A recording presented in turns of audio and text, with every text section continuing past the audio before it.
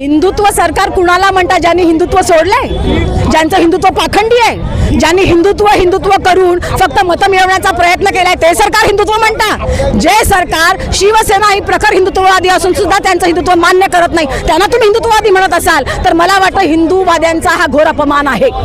नेपाळ सारखी परिस्थिती भारतात होऊ शकते हे तर आपले राजकीय विश्लेषक माझ्यापेक्षा जास्त चांगलं सांगू शकतील. परंतु आज संपूर्ण देशभर महागाई, बेरोजगारी, गरिबी, उच्चांक मांडलेल्या ज्या काही गोष्टी आहेत, या सगळ्यांचा विचार करता कोणत्याही प्रकारच्या नोकऱ्या नाही आहेत, नोकऱ्या त्या पळवून नेल्या जातात, देशाविषयी स्वाभिमान नाही, हे जे काही चित्र आज संपूर्ण देशामध्ये होतंय, मला असं वाटतं की या संदर्भामध्ये आपल्या प्रत्येक भारतीयाच्या मनात खदखद आहे.